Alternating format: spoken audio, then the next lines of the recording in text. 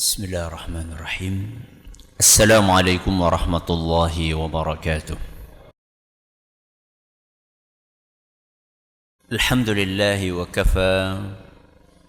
Wassalatu wassalamu ala rasulihil mustafa wa ala alihi wa sahbihi wa man iktafa, amma ba'd. Kita panjatkan puja dan puji syukur kehadirat Allah subhanahu wa ta'ala. Pada kesempatan malam yang berbahagia kali ini, tanggal 26 Rajab 1445 Hijriah, atau yang bertepatan dengan tanggal 6 Februari 2024, kita masih kembali diberi kekuatan, kesehatan, hidayah, serta taufik dari Allah Jalla wa'ala, sehingga kita bisa kembali menghadiri pengajian rutin adab dan akhlak di Masjid Jenderal Besar Sudirman di kota Purwokerto ini. Kita berharap semoga Allah subhanahu wa ta'ala berkenan untuk melimpahkan kepada kita semuanya ilmu yang bermanfaat, sehingga bisa kita amalkan sebagai bekal untuk menghadap kepada Allah Jalla wa'ala. Allahumma amin. Salam dan salam semoga senantiasa tercurahkan kepada junjungan kita Nabi Agung Muhammad sallallahu alaihi wasallam, kepada keluarganya, sahabatnya, dan umatnya yang setia mengikuti tuntunannya hingga akhir nanti. Para hadirin dan hadirat sekalian, dan juga segenap pendengar serta pemirsa rahimani wa rahimakumullah. Kita masih bersama hadis yang ke-47 yang dibawakan oleh Imam Al-Hafidh Ibnu Hajar Al-Asqalani rahimahullah dalam kitab beliau Bulughul Maram, Kitabul Jami', yaitu hadis yang berbunyi wa an Abi Hurairah radhiyallahu anhu qala, dari sahabat Nabi sallallahu alaihi wasallam yang kita kenal dengan julukan Abu Hurairah, semoga Allah meridai beliau berkata, qala Rasulullah sallallahu alaihi wasallam, Rasulullah SAW bersabda, ayatul munafiqi thalathun, tanda orang munafik ada 3. Idza haddatsa kadzaba, kalau dia berbicara maka dia akan berdusta. Wa idza wa'ada akhlaf, dan apabila dia berjanji maka dia tidak menempatinya, mengingkarinya. Wa idza tumina khana, dan apabila dia mendapatkan amanah dia berkhianat. Muttafaqun alaih, hadis riwayat Bukhari dan Muslim. Kita sudah bahas sampai tanda keberapa? Tanda kedua, dusta, kemudian apa? Ingkar janji. Hari ini kita akan membahas yang ketiga, wa idza tumina khana, mengkhianati amanah. Kenapa? Mengkhianati amanah. Apa maksud mengkhianati amanah? Maksudnya adalah tidak menunaikan dengan benar amanah yang telah dibebankan. Apa maksud dari mengkhianati amanah? Tidak menunaikan dengan benar amanah yang sudah dibebankan. Kata amanah ini bentuknya macam-macam. Amanah ini bisa berupa harta, bisa berupa jabatan, bisa berupa rahasia, bisa berupa hak. Apa? Hak. Berarti kalau ada orang mendapatkan amanah apapun bentuknya, Apa saja dari contohnya? Harta, jabatan, rahasia, hak. Siapapun yang mendapatkan amanah, lalu dia tidak menunaikan amanah tersebut dengan baik, maka orang ini terindikasi punya sifat kemunafikan. Mari kita kasih contoh satu persatu. Contoh yang pertama, amanah berupa jabatan. Amanah berupa apa? Jabatan. Jabatan amanah atau bukan? Amanah. Apa kata Rasulullah sallallahu alaihi wasallam dalam sebuah hadis yang diriwayatkan oleh Imam Muslim, ketika sahabat beliau yang dikenal dengan julukan Abu Dzar, sinten? Abu Dzar Al-Ghifari. Sinten? Abu Dzar Al-Ghifari radhiyallahu anhu datang menemui beliau sallallahu alaihi wasallam. Apa kata Abu Dzar? Ya Rasulullah, ala tasta'miluni? Wahai Rasul, mengapa engkau tidak memberiku jabatan? Jadi Abu Dzar datang meminta apa? Jabatan. Apa respon dari Nabi kita Muhammad sallallahu alaihi wasallam? Fadharaba biyadihi ala mankibi. Nabi SAW menepukkan tangannya di bahuku. Menepukkan tangannya di bahuku. Di dalam riwayat lain, Nabi SAW mengatakan, ini sesungguhnya aku mencintai kebaikan untukmu seperti aku mencintai kebaikan itu untuk diriku sendiri. Jadi Nabi SAW mengawali sabdanya dengan mengungkapkan rasa sayang beliau kepada siapa? Abu Dzar. Terus apa kata beliau? Ya Abu Dzar, innaka dha'ifun. Wahai Abu Dzar, kamu ini lemah. Kamu ini lemah. Wa innaha amanah. Dan jabatan itu amanah. Kata siapa jabatan amanah? Kata Rasulullah SAW. Jadi yang mengatakan jabatan amanah sinten? Rasul SAW. Nabi SAW itu tidak basa-basi. Kalau ada orang tidak punya kompetensi untuk memegang jabatan, lalu orang ini datang meminta jabatan kepada Nabi SAW, maka Nabi SAW akan belak-belakan mengatakan, kamu tidak punya kompetensi.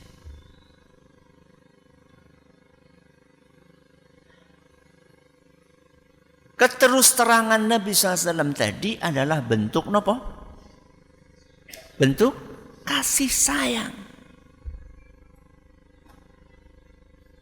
Jadi kalau ada orang nggak punya kompetensi nyalon, kalau kita sayang sama dia, jangan dipilih. Berarti kalau jenengan milih apa? Nggak sayang jenengan. Jenengan nggak sayang. Kenapa? Karena jenengan menjerumuskan dia. Jenengan menjerumuskan dia.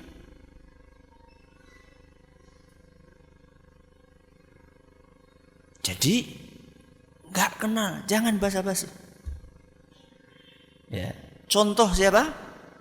Rasulullah SAW. Emang kenapa Ustadz kalau orang enggak berkompeten terus dapat jabatan. Dengar kata Nabi SAW. Wa innaha yaumal qiyamati khizyun wa nadamah. Jabatan itu, amanah tersebut di hari kiamat nanti akan berubah menjadi kehinaan dan penyesalan. Akan jadi apa? Kehinaan dan penyesalan. Nanti saya akan jelaskan apa yang dimaksud dengan kehinaan dan penyesalan itu. Jadi memegang jabatan padahal tidak punya kompetensi, buntutnya sampai kapan? Sampai hari kiamat. Makanya apa kata Nabi SAW? Wa innaha yaumal qiyamati khizyun wa nadam.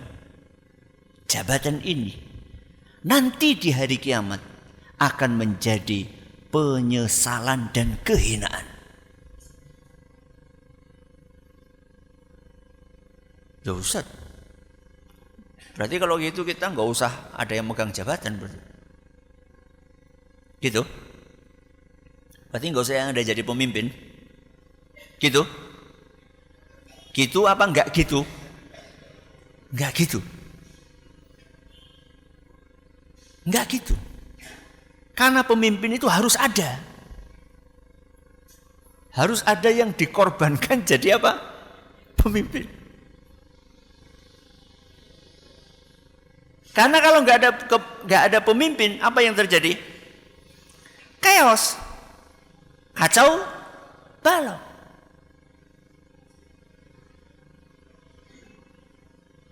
Kalau ada pemimpin kembar aja ribut, apalagi tidak ada pemimpin sama sekali. Ya. Makanya Nabi SAW melanjutkan sabdanya, illa kecuali. Jadi jabatan itu akan menjadi apa tadi? Kehinaan dan penyesalan di hari kiamat, kecuali. Berarti ada pengecualian. Illa man akhadhaha bihaqqiha. Kecuali apabila yang memegang jabatan itu adalah orang yang berkompeten. Orang yang berkompeten. Cukup? Enggak. Wa addalladzi alaihi fiha. Dan dia menunaikan amanah tersebut dengan baik. Berarti siapa yang berhak jadi pemimpin? Yang punya kompetensi. Yang punya kompetensi. Dan dia menunaikannya dengan baik. Ngerti nih Ustaz? Ngerti nih dia menunaikan dengan baik. Lawang masih calon. Betul. Kan syaratnya apa? Kompeten, terus menunaikannya dengan baik. Taunya dia menunaikan dengan baik. Oh masih calon. Gimana? Tanya dukun. Ya some ya tokon dukun. Apa coba? Track record. Apa? Track record. Apa track record? Rekam jejak. Kenapa? Rekam jejak. Biasanya orang itu kalau sudah sampai pucuk tertinggi kepemimpinan, dia akan melewati apa? Sebelumnya sudah melewati kepemimpinan yang levelnya di bawahnya. Enggak ujuk-ujuk langsung apa? Di atas. Coba ketika dia memegang kepemimpinan di level di bawahnya, level sebelumnya, bagaimana track record? Masa jabatan itu diselesaikan apa enggak? Suwe gampangnya gitu. Apa urung rampung wis lunga? Gampang kan? Dia dikasih jabatan. Dari masa jabatan itu dia selesaikan enggak?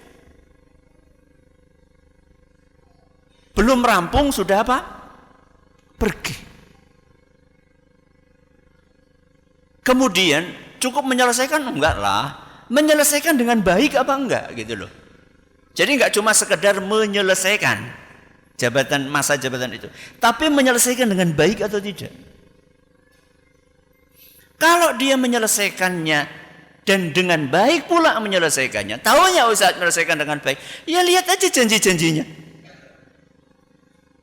Biasanya kan kalau kampanye kan obral nopo? Janji. Lihat aja janji-janjinya, ada berapa belas, catat satu persatu, lihat ditunaikan atau tidak. Dari situ kita bisa mengukur. Nah, tadi kita sudah janjikan apa tadi? Janjikan apa? Kampanye. Tadi saya janjikan apa di awal? Penyesalan dan kehinaan. Apa yang dimaksud? Dengerin apa yang dimaksud dengan penyesalan itu. Dalam hadis riwayat Bukhari dan Muslim, Rasulullah SAW bersabda, "Ma min walin yali ra'iyatan minal muslimin fayamutu wa huwa ghashun lahum." Pejabat. Napa? Pejabat yang mendapat amanah mengurusi rakyat, apalagi rakyatnya muslim. Pejabat yang mendapat amanah mengurusi rakyat, tapi dia berkhianat. Apa tadi khianat? Tidak menunaikan dengan baik amanah. Pejabat yang mengurusi rakyat, namun dia berkhianat, lalu meninggal dunia. Lalu apa? Meninggal dunia. Dalam keadaan apa? Dalam keadaan berkhianat. Pejabat yang mendapatkan amanah mengurusi apa? Rakyat, tapi dia berkhianat lalu meninggal dunia. Apa kata Nabi SAW? Illa harramallahu alaihil jannah.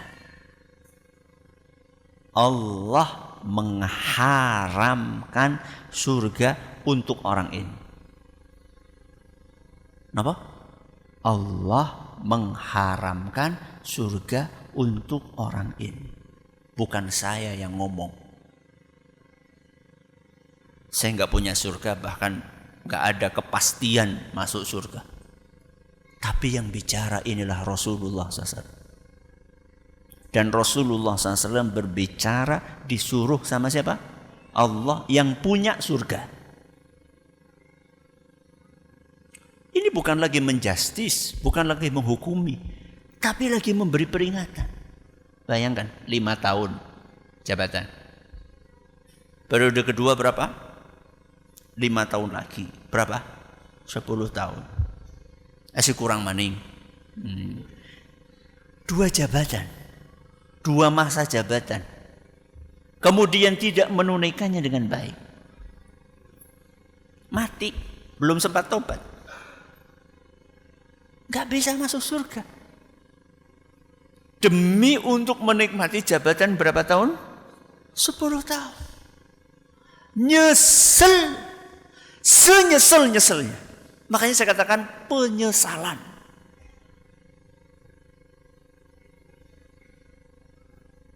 Ya terus kalau gak masuk surga kemana Ustaz? Ya nengen di maning. Di akhirat itu surga sama nopo? Neraka. Bayangkan cuma nyicipi jabatan berapa tahun? 10 tahun memperkaya sampai 7 turunan misalnya.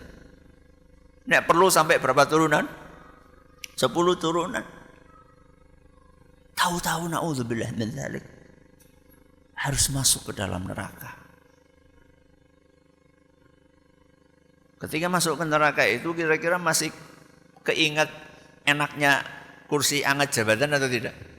Belas. Rasul SAW pernah menyampaikan kayak gini. Nanti di hari kiamat akan didatangkan orang yang paling kaya, paling enak, fasilitas hidupnya. Ya kalau paling kaya berarti kan ngalahi apa? Ya presiden.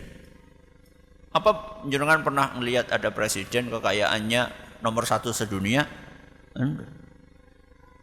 Ada orang yang paling kaya, paling enak hidupnya di dunianya, tapi enggak beriman. Tapi apa? Tidak beriman. Fayusbaghu finnari sabghah.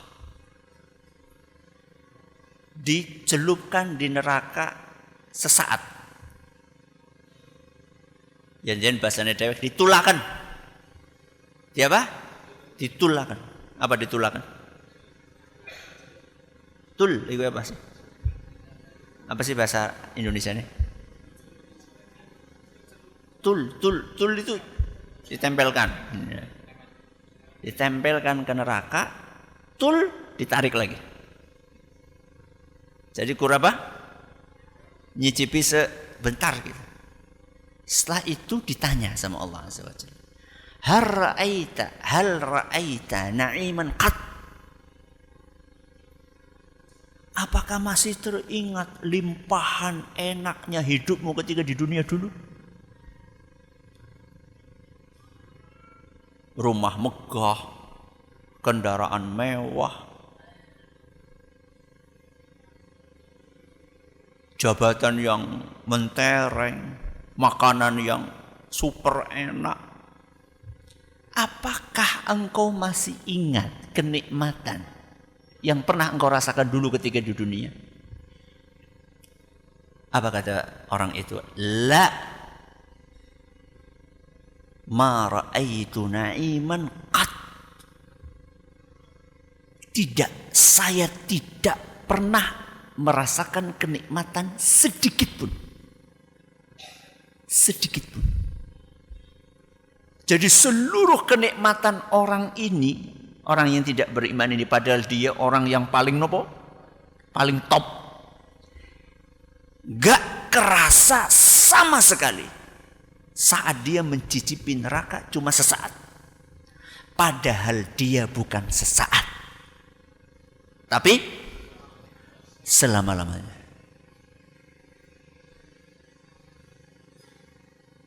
Maka bantu dia untuk terselamatkan dari penyesalan tersebut. Kalau tidak nopo berkompeten. Dah, ini yang pertama. Apa itu? Apa itu? Jabatan. Contoh amanah nopo? Jabatan. Yang kedua. Apa tadi? Harta. Nopo? Harta. Harta ini bisa bentuknya uang, bisa bentuknya barang. Barang ya bisa emas, bisa rumah, bisa kendaraan, bisa tanah. Ya, harta. Jadi harta ini mencakup uang, emas, perak, perhiasan, rumah, kendaraan, tanah, apa lagi? Toko, usaha, semuanya harta lah. Siapapun yang mendapatkan amanah berupa harta ini, maka dia wajib untuk menunaikannya dengan baik. Allah Azza wa Jalla berfirman di dalam Al-Quran surat An-Nisa. Surat apa? An-Nisa ayat 58. Apa kata Allah Subhanahu wa taala? Innallaha ya'murukum an tu'addul amanati ila ahliha. Sesungguhnya Allah Subhanahu wa taala memerintahkan kepada kalian untuk menunaikan amanah kepada orang yang berhak untuk mendapatkan. Contoh dititipi. Apa? Dititipi. Dititipi apa? Nah? Makanan. Makanan harta atau bukan? Harta atau bukan? Harta. Tolong ya, ini diantarkan. Kemana?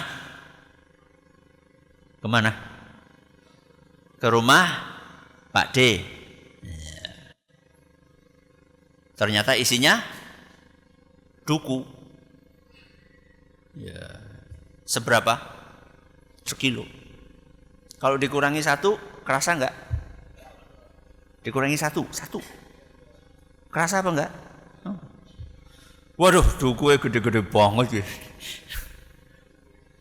Kayaknya enak ini. Kayaknya manis ini. Besar-besar banget ini. Duku ndi? Kali Kajar. Duku Kali Kajar iki. Kok jenengan ambil 1? Itu berarti tidak menunaikan amanah dengan baik.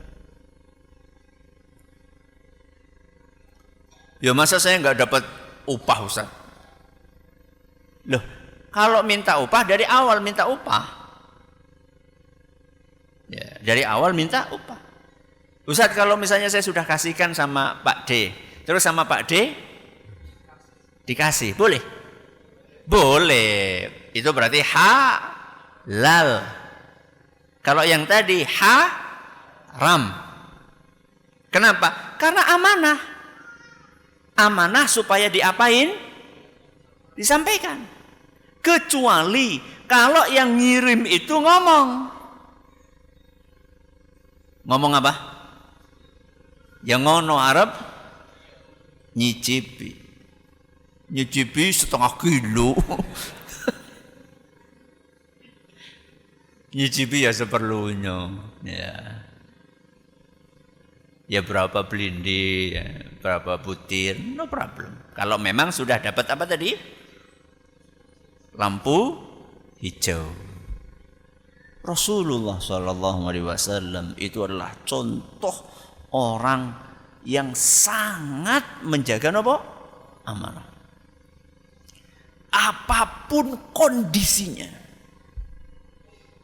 Ada sebuah kisah yang ajaib, menakjubkan. Rasulullah SAW itu kan meninggalkan kota Mekah dalam rangka untuk hijrah. Jadi Rasulullah SAW itu ketika di Mekah banyak banget mendapatkan titipan. Napa? Titipan. Berupa apa? Harta.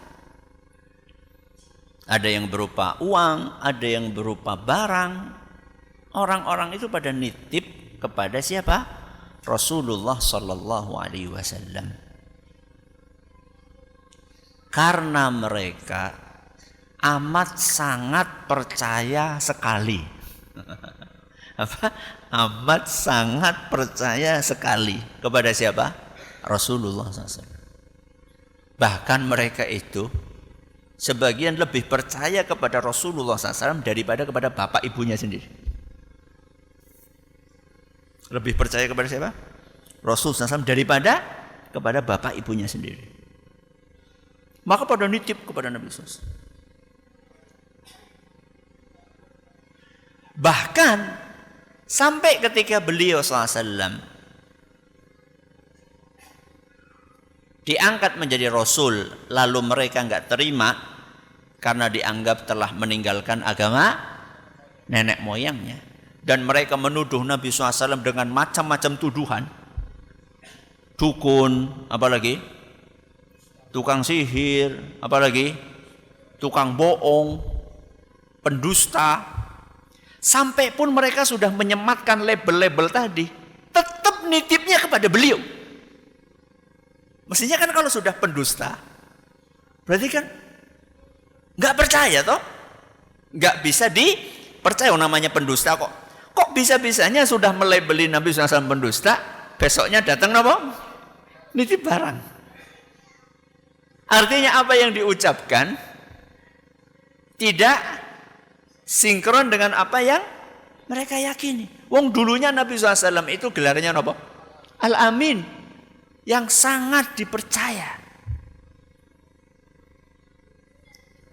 Singkat cerita, Nabi SAW mendapatkan perintah untuk hijrah. Untuk apa? Hijrah. Dan sebelumnya para sahabat sudah pada hijrah.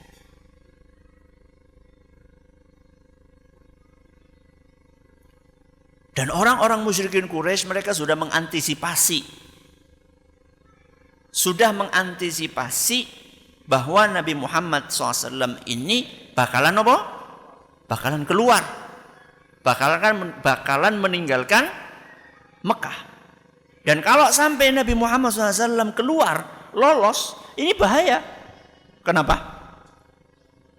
Karena akan menghimpun kekuatan. Di Madinah ada golongan sinten? Ansor. Yang baru datang ada golongan Muhajirin. Wah, ini dua kekuatan bersatu di bawah kepemimpinan Nabi kita Muhammad SAW. Ini bahaya. Maka bagaimana caranya supaya Muhammad jangan dihalangi?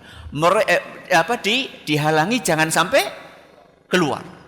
Maka dikepunglah rumah Nabi kita Muhammad SAW. Mereka sibuk merancang kumpul. Semua kabilah kumpul. Apa yang mesti kita lakukan? Sudah kita bunuh saja. Jadi mereka merancang untuk membunuh Nabi SAW. Apa yang dirancang oleh Nabi SAW malam itu? Beliau merancang untuk mengembalikan titipan-titipan itu kepada orang-orang yang sedang merancang untuk membunuh beliau. Jadi yang merancang untuk membunuh beliau SAW adalah orang-orang yang menitipkan barang kepada beliau.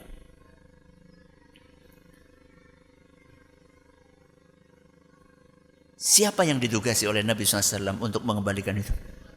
Ali bin Abi Thalib. Jadi malam itu Nabi SAW manggil siapa? Ali.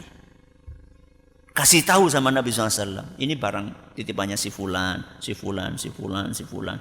Ini barangnya siapa, barangnya siapa. Kasih tahu satu-satu. Tahu berapa hari Ali butuh waktu untuk mengembalikan? 3 hari 3 malam. Saking apanya? Saking banyaknya barang yang dititipkan kepada Nabi SAW. Coba sekarang, andaikan posisi kita seperti siapa? Rasulullah SAW. Ada orang nitip barang ke kita. Ternyata orang ini mau bunuh kita. Apa yang kita lakukan? Apa yang kita lakukan? Kita kembalikan barang itu? Hah? Ya apa saja. Jangan tahu. 1001 alasan akan muncul saat itu. Nabi SAW meninggalkan Mekah, rumahnya diapain sama mereka? Disita. Rumahnya disita sama mereka. Nabi SAW pergi meninggalkan pekerjaan, meninggalkan rumah, meninggalkan tanah air beliau yang sangat beliau cintai. Mekah itu adalah tanah yang paling dicintai oleh Nabi SAW di muka bumi. Para sahabat Nabi SAW hartanya juga ditahan sama mereka.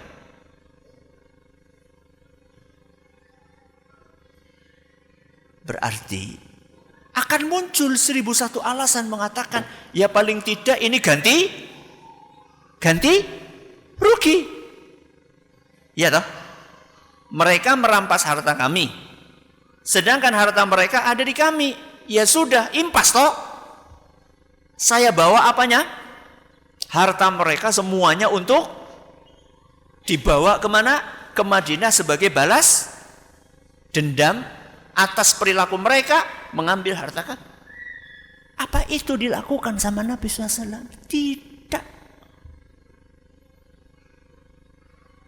Mungkin saja akan muncul alasan. Loh, kita kan lagi membangun negara baru di mana? Madinah. Butuh duit. Butuh duit. Butuh duit. Bisa saja setan masuk kemudian mengatakan ini untuk merintis negara baru, negara Islam. Kita harus butuh modal yang besar. Tapi Nabi SAW ingin membangun negeri yang baru itu di atas sesuatu yang halal. Bukan merampok sana, merampok sini. Bukan bobol rekening sana, rekening sini. Katanya demi untuk mendirikan negara apa? Islam. Itu enggak dicontohkan oleh Nabi kita Muhammad SAW. Apapun kondisinya, Nabi SAW tidak akan mengkhianati amanah. Walaupun nyawa beliau taruhan. Itulah akhlak seorang muslim sejati. Maka kita, kalau mendapatkan titipan barang, jaga baik-baik barang itu. Jenengan dapat kendaraan dinas. Amanah atau bukan? Amanah. Apakah kita sudah menjaga kendaraan dinas itu dengan baik? Coba saya tanya sama jenengan. Jenengan dapat kendaraan dinas, juga punya kendaraan pribadi. Apakah jenengan akan merawat kendaraan dinas itu seperti jenengan merawat kendaraan pribadi? Jawab. Oh, apa orang juga kendaraan dinas? Pada keronyong. Hah? Coba lihat kendaraan pribadi, begitu hujan cepat-cepat diapain? Diiupkan, dimasukin ke garasi. Kalau kendaraan dinas hujan lah ben. Biarkan kehujanan, kepanasan. Wong pergi ke bengkel mau ganti oli. Mau ganti nopo? Oli. Kalau kendaraan dinas, Mas, sing oli bekas bae. Oli bekas bae. Mau kendaraan pribadinya dia diisi oli bekas mau? Enggak mau. Amanah, itu amanah, dijaga dengan baik. Guru kami Syekh Abdul Muhsin Al-Abbad hafizahullah ta'ala wa syafahu wa ra'ahu, ketika beliau menjabat jadi wakil rektor Universitas Islam Madinah,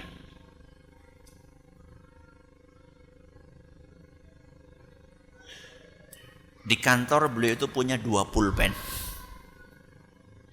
Punya berapa? 2 pulpen. 1 pulpen kantor, 1 pulpen beliau pribadi. Kalau urusan pribadi, kalau urusan apa? Pribadi, beliau akan pakai pulpen pribadi. Pulpen. Bira lagi? Bira? 2000. Ini urusan pribadi. Saya nggak akan pakai pulpen kantor. Itu amanah menjaga harta. Cek tes. Alhamdulillah, wassalatu wassalamu ala rasulillah, amma ba'd. Sudah berapa contoh? 2. Apa yang pertama? Jabatan. Yang kedua? Harta. Yang ketiga? Hak. Apa? Jadi kita hidup di dunia ini punya amanah berupa hak. Hak yang harus ditunaikan. Contoh yang paling dekat adalah hak pasangan. Hak nopo? Pasangan. Haknya istri atas siapa? Suami. Begitu pula sebaliknya. Haknya suami atas istri. Haknya anak atas orang tua. Haknya orang tua atas anak. Ini termasuk amanah. Termasuk amanah.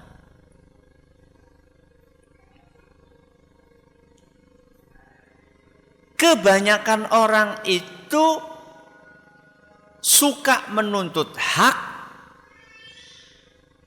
melupakan kewajiban. Itu rata-rata orang kayak gitu. Suruh kerja ogah-ogahan, awal bulan jaluk gajian. Kerja itu adalah kewajiban, gajian itu hak.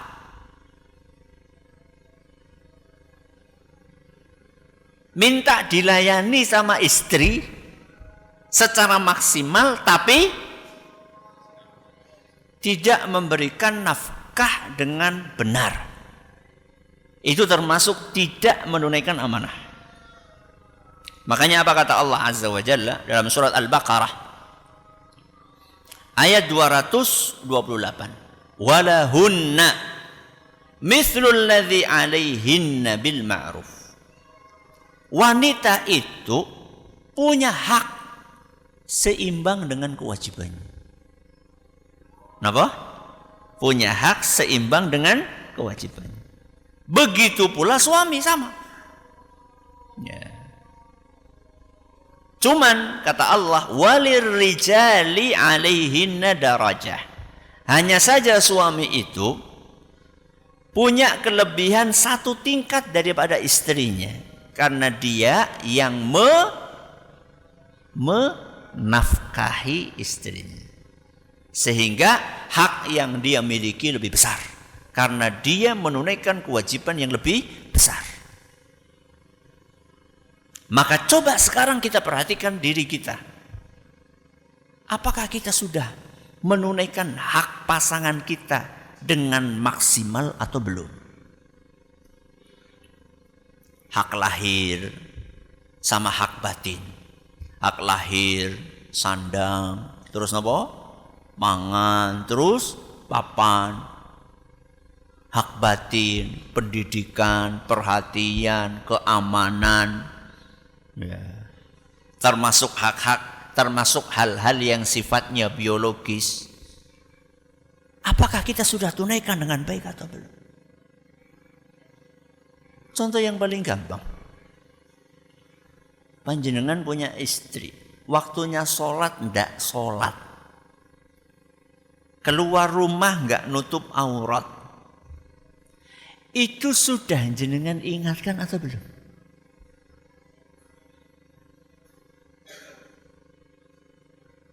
Wajib atau tidak mengingatkan?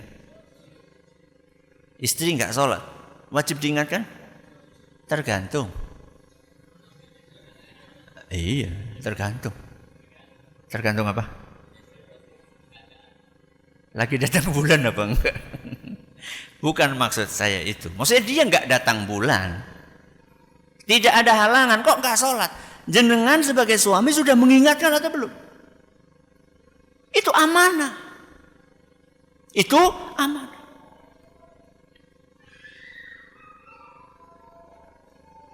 Istri dolanan HP terus. Sudah diingatkan atau belum? Belum, Ustaz. Kenapa? Pada baik, Ustaz. Jadi mau mengingatkan itu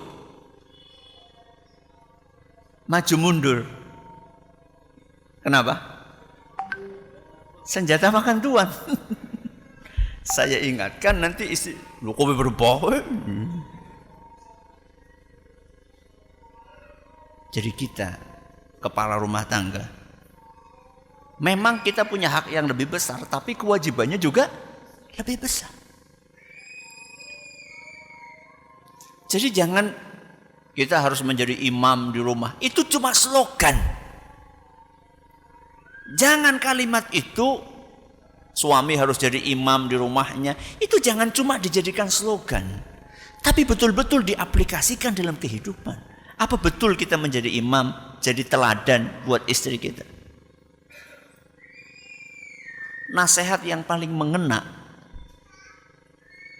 adalah nasihat yang kalau sudah kita amalkan, itu paling mengena. Jadi kita nasihat istri kita, aja dolanan HP baik. Kayak nyong. Ora dolanan HP, gitu loh maksudnya. Itu paling mengena itu. Susah bagi istri untuk apa?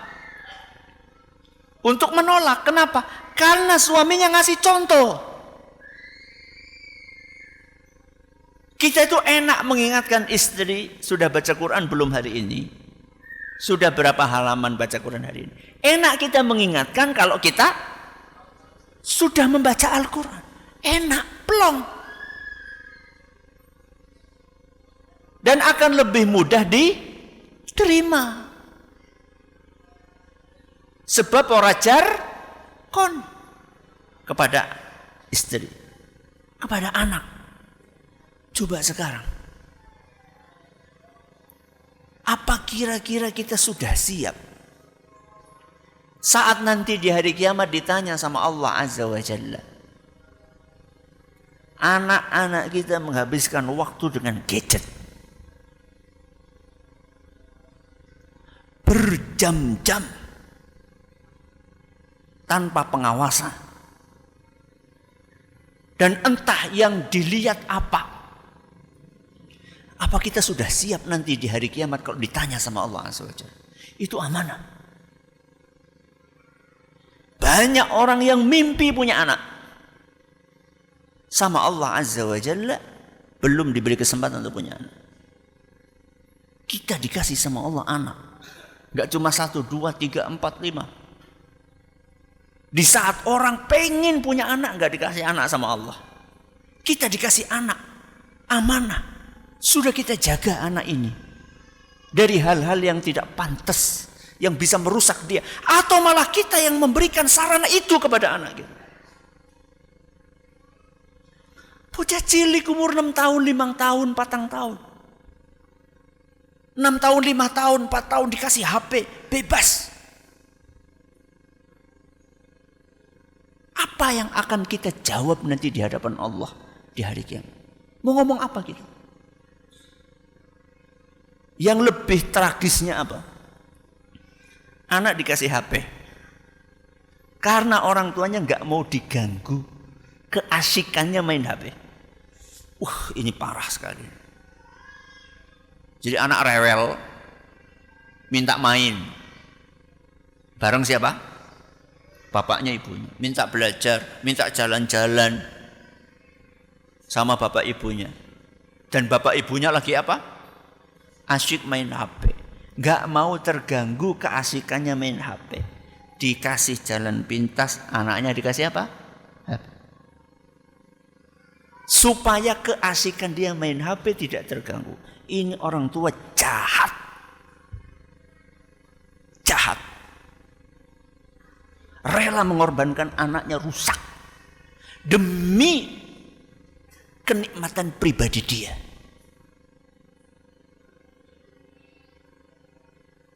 Jadilah orang tua beneran. Orang tua yang menemani anaknya bermain. Orang tua yang menemani anaknya belajar. Orang tua yang memberi kesempatan anaknya untuk bercerita, mendengarkan celotehan anak. Dia juga bercerita kepada anaknya. Jadi orang tua beneran. Jangan jadi orang tua jadi-jadian. Orang tua itu fungsinya. Coba siapa di antara kita? Anak mau tidur, cerita. Siapa? Dulu. Bapak-bapak kita, nenek-nenek kita. Itu sebelum tidur kita apa? Diceritain. Dengerin cerita. Nanti disisipkan pelajaran dari cerita tersebut, hikmahnya. Siapa di antara kita yang seperti itu? Malam-malam bapaknya megang HP, ibunya megang HP, anaknya megang HP. Semuanya sibuk dengan dunianya masing-masing. Itu amanah. Amanah yang akan kita pertanggungjawabkan nanti di hari kiamat. Lebih baik hari ini kita capek untuk mengingatkan anak kita. Lebih baik hari ini kita cerewet dalam tanda kutip. untuk mengingatkan anak kita. Daripada nanti di hari kiamat berat mempertanggungjawabkan amanah itu di hadapan Allah Azza wa Jalla. Masih ada contoh yang lain tapi waktunya nggak cukup. Ya, mudah-mudahan apa yang kita pelajari bermanfaat bagi kita semuanya. Terima kasih atas perhatiannya. Mohon maaf atas segala kurangnya. Kita akhiri dengan doa kafaratul majlis. Subhanakallahumma bihamdika asyhadu an la ilaha illa anta astaghfiruka wa atubu ilaik. Assalamualaikum warahmatullahi wabarakatuh.